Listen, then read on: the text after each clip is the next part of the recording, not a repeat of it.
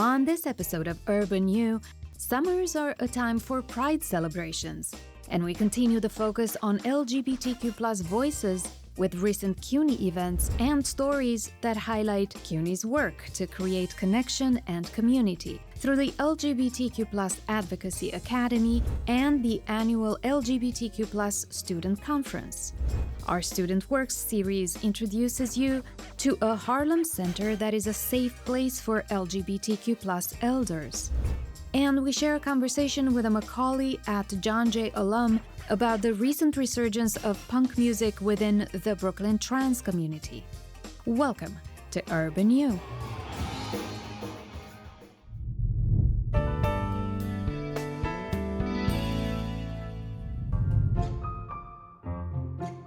The percentage of Americans that identify as queer doubled over the last 10 years. But despite that, only 4 states mandate that public schools teach LGBTQ+ history. And on top of that, only 20% of public schools actually implement positive representations of the community in their curricula. However, CUNY has been pushing the needle forward, thanks in large part to the LGBTQ+ Advocacy Academy, which was founded by philanthropist Mitch Drazen with the purpose of inspiring CUNY LGBTQ+ students to be future leaders and advocates in their respective fields. In fact, Baruch College sophomore Jack Lahan and recent Hunter graduate Ella Rajkovic This could be the outro.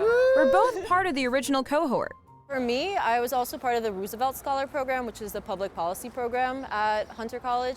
And again, just to emphasize that Hunter has been to me, a safe space for queer people. So I received that as part of a newsletter, just of opportunities for students. So I was very lucky that that was just included in my program.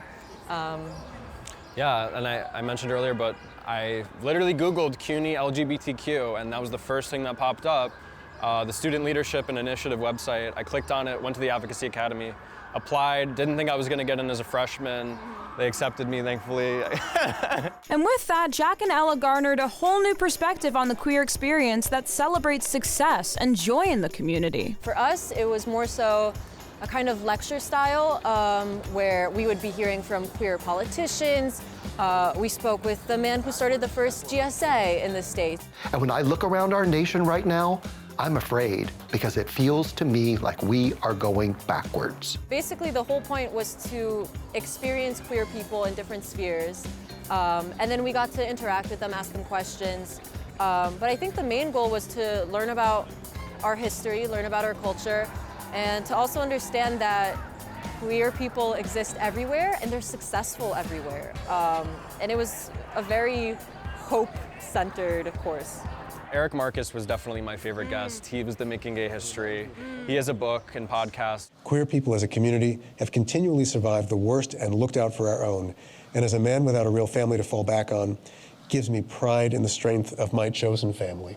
Any queer people listening to this, check out Eric Marcus, check out Kevin Jennings. Kevin Jennings was amazing. Yeah. And with that also came the hope and confidence needed to not only excel in their career, but also inspire others to embrace their identity through that. I came to Baruch to study finance, study business, hopefully pursue a career in the private sphere. But for me now, I'm thinking a lot about beyond that, what do I want to do? How do I want to spend my time and involvement beyond a career? And really that has been thinking about how am I going to, again, pave the way back for underrepresented groups within the LGBTQIA+ community. And, is that going to be through nonprofit work, involvement in nonprofits, or just, direct advocacy work? Because I do not see my career solely being a corporate office job where I don't have some impact on the community. I feel like it's, again, always needed. We have anti-trans legislation happening across the US. Like, it's still a need and it's still something that's on top of mind all the time. And also just the fact that all these people were so open made me feel just very comfortable to be myself. Like the way that, it was literally over Zoom, but our conversations and the way we laughed and greeted each other was just so open, and you knew that you were in a space where every person loved who they were, which is so important. Or they were learning. Or they were young and freshmen and in the process. And with that in mind, Ella and Jack had some advice for the next LGBTQ+ Advocacy Academy cohort. I would say take notes. You are being exposed to a really interesting opportunity where you're being put in front of genuinely important people. Take notes and remember what they say to you, and reach out to them afterwards and get their contact information and really use it as a networking opportunity, because you're in New York and you have the opportunity to be everywhere with these people, so take advantage of it. Yeah, I mentioned being able to meet classmates, CUNY mates through the program.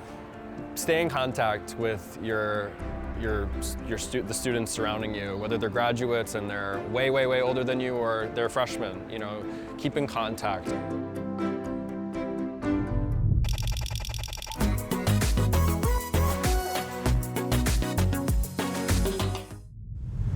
Getting old is tough, and reports show if you are an older member of the LGBTQ+ community, the challenges can really add up. There's just not a lot of programs out there for people of color, for gay, lesbian, transgender, for whatever. Sage Center Harlem is a nonprofit that provides services to LGBTQ+ elders, a segment of the population that feels extremely vulnerable. They come from a time where being LGBTQ was less accepted in their communities, in their lives. Maybe they weren't able to be out at their jobs. There are 2.5 million LGBTQ+ people over the age 60 in the United States today, and that figure will increase to 7 million by the year 2030. Most of these people live alone. For Calvin Cleveland, a Harlem resident and Sage participant, having a place nearby to connect to his peers has become a lifeline. I came here during the pandemic, actually. That's what brought me here, seeking mental health. I've received just a wealth of stuff, like just personally, emotionally, mentally. Gailey Pratt, a Harlem minister and Sage participant, wishes more people took advantage of what Sage offers. This is a gold mine right here in Harlem because we offer food, we offer education, we offer socialization, we offer a way to improve your health in a safe place. There are definitely segments of the African American community that are more conservative. And so since we're in Harlem and we do deal with a lot of Black and brown members, maybe the communities that they're from aren't as accepting of that even now. So this is a safe place for them as well. This is a place where no matter how you identify, you're okay. You're welcome, you're safe, you're supported, you're loved, you're appreciated, you matter. Sage Center Harlem is located at 220 West 143rd Street. They offer services to those 60 and over, with age restrictions waived for people living with HIV. For the most up-to-date announcements, please visit Sage Center Harlem on Facebook. Gary Hilborn, reporting for Harlem View.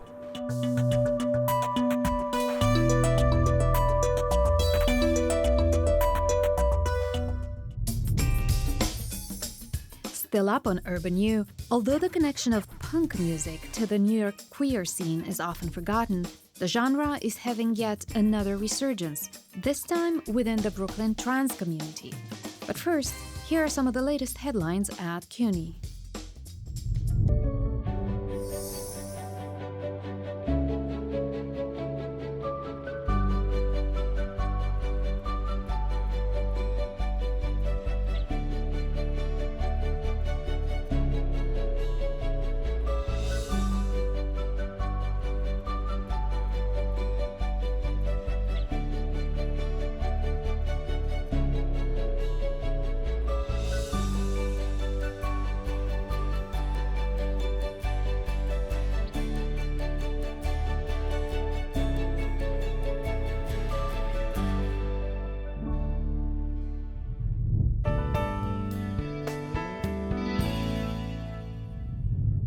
Recently, the CUNY LGBTQIA+ Council held their second annual conference at LaGuardia Community College, and we attended to find out what it's like to be queer at CUNY today. there is in October, there is a National Coming Out Day, right? And many of our campuses have a National Coming Out Day event. What I know myself and a lot of my colleagues and students often chuckle about when it's Coming Out Day is that every day is Coming Out Day. Every single day is Coming Out Day. There's going to be a space where you have to be, mindful of how out you are. And that's a reality in everybody's daily life.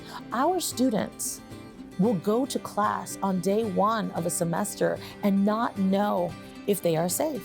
Not because of anything the school is or isn't doing, but because they don't know this professor, they don't know the classmates that they're sitting next to, and so they don't know what attitudes have just walked into the room with them. Faculty and staff face the same issues. Fear of being outed in a space where they may have heard colleagues making homophobic remarks or jokes, not thinking that somebody in the room may be queer identifying. Happens every single day, and that is real fear. But what matters, I think, in light of what we're here to do today at this conference, is that there is a different narrative that's possible. We can have these conversations, and CUNY can do a lot of work to protect those conversations. Can you tell me a little bit about what's happening today? Of course. Well, it's the pride and joy of the CUNY LGBTQI+ Council. It's our opportunity to really focus on the students who are leading the charge in every way on each of our CUNY campuses, and to really allow for community to coalesce across the entirety of CUNY. So the things that you'll see in terms of topics have to do with mentorship in the LGBTQI community, with organizing, with successfully navigating the CUNY system for the purposes of ensuring that things are going well and equitably for all of the CUNY family, and specific to LGBTQI needs, LGBTQI experiences. We're talking about things like name change procedures. We're talking about, health and safety, all of the things that matter in the everyday lives of our LGBTQI students. Do all 25 campuses have either an LGBTQI+ center or organization? No, not everybody has a center. I think that we're looking at about 5 campuses in all of CUNY that have an official full-time staff dedicated space for LGBTQI services. We also have some women's centers that have LGBTQI outreach components. We're trying to, get more and more different campuses to have these opportunities available to their students. They do have organizations, sometimes they're student-led clubs. A few of our campuses have organizations that are faculty and staff oriented, but those are fewer. So one of the things that we want to make sure of is that individual administrations at each campus has an awareness of not only what different clubs or organizations exist, but to what extent they are receiving adequate supports. Would you say that CUNY is a welcoming place for LGBTQI+ students, faculty, and staff? Well, far be it for me to speak for all of CUNY, but I will say that it depends on who you ask. What a lot of those of us on the council talk about regularly is the fact that one student may have a spectacular experience on their campus and the other one may not even know what their resources are. So the work really comes down to expanding the reach of the services that are already on our campuses, and then helping those services to thrive and to get the word out about them, and to help to boost each other across campuses in events such as this, so that we can make this a more equitable experience and elevate the likelihood that an LGBTQI identifying student coming to CUNY will be assured that when they set foot on their campus, whichever one that is, there is a place for them to go. There are people there who will see them for who they are. They can be called by the name that they want to be called. For those new students and allies, how would they be able to get involved? And is there a website for each campus where they could find out activities? Typically, there is a place on their campus, usually through the Student Life website, where you can get that information, although it varies from campus to campus. In addition to that, from a CUNY-wide standpoint, we do have the LGBTQI+ Hub, which is something that we maintain through the council. that gives people an idea of what's available, upcoming CUNY-wide opportunities and events. What would you say to the people who aren't members of the community but want to be allies, but feel a little nervous? They don't know what all those letters mean. Sure. They don't know which pronoun to use. Well, let me start by saying that plenty of us in the queer community get all that stuff wrong too. And it's not like you get a card and all of a sudden you're imbued with all of this like knowledge. It's a lot for a lot of people. But, you know, everybody can learn. And as far as allyship goes, the number one thing that anybody can do is listen. Listen to queer folks, listen to trans folks, listen to the people who are living and experiencing this way of being on a daily basis. But if you misgender somebody or if you use the wrong name, that is okay. Just say, I'm so sorry, then say the appropriate name or the appropriate pronoun, and continue your sentence. We're learning with everybody else. The more we can demystify all this stuff and just have the conversations, I think the better off we'll all be. It's not about changing people's minds per se. People are entitled to believe what they will, but everyone is entitled to respect and dignity. I'm Scott Kirby for Urban U. A big shout out to the council. Why don't we give them a big round of applause for not just organizing the conference, but being such an important voice in our university to help us be attentive to issues affecting the LGBTQ I+ community, and then also trying to stay ahead of the curve too, right? About thinking about what are some of the policy things that we need to do, what are the kinds of support programs that we need to develop, what are the kinds of structures that we need to create in the university so that we create an even more inclusive space and that we are at the forefront. As LaGuardia's provost and a proud gay Latinx woman, it is my honor to welcome you to the college for today's conference. You are leaders, and we need you. Everything you do to learn about what our community is experiencing in our city, in the country, and around the world puts you in a better position to do something about it. You know, when I was 17, I moved to the big city, and, you know, I wanted to be an amazing French horn player. And yes, I played the French horn, though. I was good at it, though. And, but you couldn't be both. You couldn't be a student and trans. You couldn't be a player and trans. So I had to choose, and I chose to be myself, right? And I couldn't finish college. So that's why I am a little bit emotional today to be here giving a keynote speech when in my time I was not allowed to go to school. I was not able to have safety in school. So let's uplift safety for all in schools. Let's uplift safety for everybody through the educational system.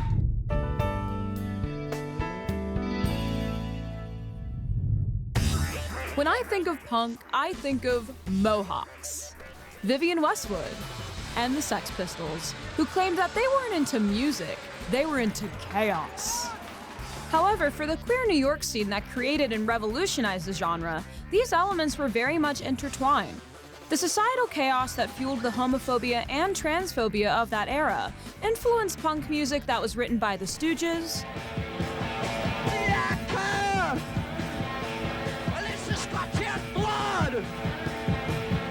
the New York Dolls,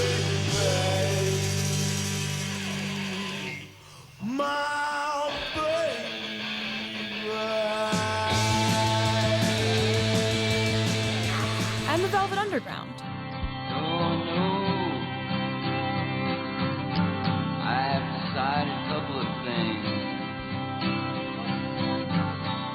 In fact, the term punk was used as a homophobic slur for decades, before men who were imprisoned in the 1970s for being gay wore shirts with the term as a form of protest, a way to reclaim punk as their own. But now it's not just cisgender gay white men reclaiming the term.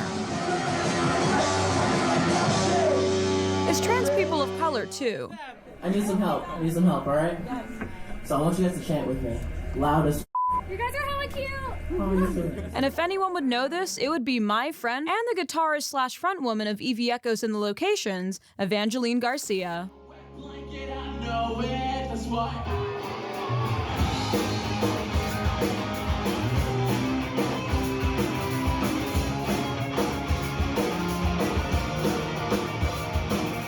I think punk is now kind of getting reclaimed by the people who need their voices heard. You're seeing black people in punk. You're seeing queer people in punk. There is such a huge community of trans punks in Brooklyn. Growing up, Evie always had a sacred connection to punk. I was always attracted to the raw energy of punk. I grew up on pop punk. I grew up on Pierce the Veil. I grew up on like early 2000s. I was an emo kid for all of high school. Like, I was and still like on the low key am like a massive 21 Pilots stan. So yeah, like all of those bands influenced the way that I approached music. I love with punk that you don't have to be this like virtuoso to start making music. You can just like take power chords, throw four of them together and just start screaming over a song and all of a sudden you've made music. You know, I love the DIY aspect of it. I love the energy. I love the fact that it just kind of grips you by the chest and it's like, we're going on a ride right now, you know? And Evie's love for punk became even more prominent when she started to embrace her identity as a trans woman. I had just watched The Danish Girl, like around that time for the first time. What do you think? better than I ever managed. I was crying during that movie because so much of that felt like me. And then I was talking to my ex, my partner then, and I was like, I think I was like, do you ever look at yourself and you're like, you ever have the sneaking suspicion that you were supposed to be born as a man? And they were like, no, never. And I was like, I've had that thought about being a woman for my entire life. And though this revelation proved to be liberating, embracing her identity around family certainly wasn't easy. When I go home, I have to take off my makeup. I have to hide what little bit of breast growth I have, like underneath like hoodies and because I have to transition in secret. When I was outed, my mom pulled me out of the dorms. She said, I don't like that. That world out there is trying to turn you into something you're not. Pulled me away from that. And that was my only freedom. That was my freedom. That was my time to just have my own space and be who I was for the first time. And she took that away from me. But despite it all, Evie persevered by creating music during quarantine. Music was how I processed all of these emotions. I didn't know how to play guitar at the beginning of quarantine. I picked it up during quarantine. Wow. And I was like, I'm gonna learn this instrument by the end of quarantine. I can't see a future for myself. I'd love to grow. And so I did. When I kind of started transitioning, even socially, before medication or any of that stuff, I felt so much joy. And I felt so much confusion and I felt so much hurt all at the same time. And it was just like, I spent so much of my life feeling numb. And I think like this is not something that a lot of people talk about. I didn't feel anything for like most of my life. I went through my life as a zombie. I didn't think, I didn't feel. Through high school, I was self-harming because that was the only way that I could feel anything. And so kind of this big shift in me was all these emotions that I had all of a sudden. I could actually like feel and I could exist as a human being and not feel like dead anymore. And so I didn't know how to process any of that because there was so much happening in my brain. And the only way that I knew how to work that out was music. So I was creating as a means of survival for myself. And this journey of self-discovery has been at the forefront of Evie's upcoming album release.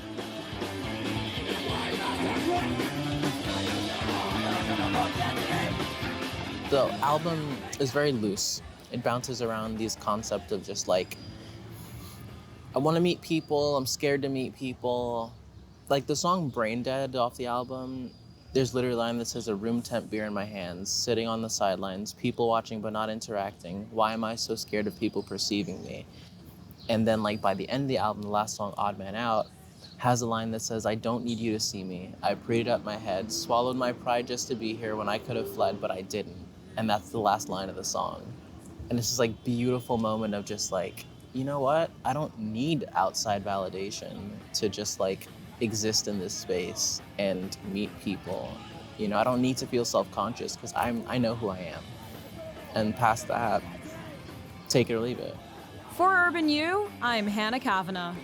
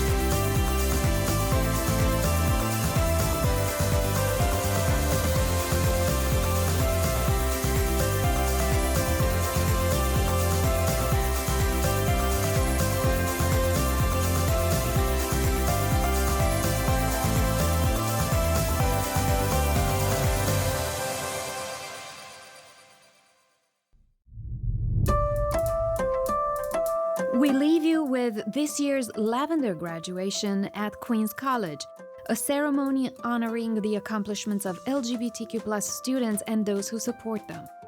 For more episode highlights and sneak peeks into our upcoming stories, meet us on our social media platforms. Thank you for watching these stories from the largest university in the nation, the City University of New York.